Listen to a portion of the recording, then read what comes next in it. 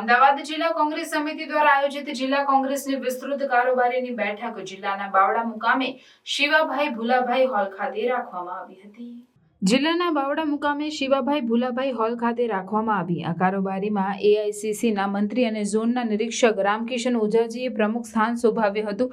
તદુપરાંત સર્વશ્રી ઇન્દ્ર વિજયસિંહ ગોહિલ, કાર્યકારી પ્રમુખ જીપીસીસી તથા નિરીક્ષક વિમલભાઈ શાહ, મહામંત્રી પંકજસિંહ વાઘેલા, લાખાભાઈ ભરવાડ, માજી ધારાસભ્ય હરપાલસિંહ ચુડાસમા, પ્રદેશ અધ્યક્ષ યુવક કોંગ્રેસ ગુજરાત સોનલબેન પટેલ, લાલભાઈ પટેલ, નઈમભાઈ મિર્ઝા વગેરે અગ્રણીઓ હાજર રહ્યા હતા। જિલ્લા પ્રમુખ અમરસિંહ સોલંકીના સ્વાગત પ્રવચનથી શરૂ થયેલી કારોબારીમાં તમામ વક્તાઓએ સંગઠન મજબૂત કરવાની અને આગામી નગરપાલિકાઓની ચૂંટણીમાં સક્રિય રહી વિજય તરફ કૂચ કરવા પર ભાર મૂક્યો હતો અને આગામી દિવસોમાં જિલ્લામાં સંગઠનના ખાલી હોદ્દાઓ જલ્દી ભરવા પર ભાર મૂક્યો હતો।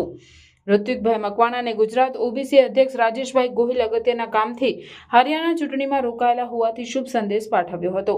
આ મીટિંગમાં જિલ્લાના તમામ તાલુકા અને શહેરના પ્રમુખો તથા હોદ્દેદારો અને અગત્યના કાર્યકરો હાજર રહ્યા હતા। બાવડા શહેર પ્રમુખ રાકેશભાઈ ભરવાડ અને કનુભાઈ મકવાણાએ મીટિંગનું સફળ સંચાલન કર્યું હતું।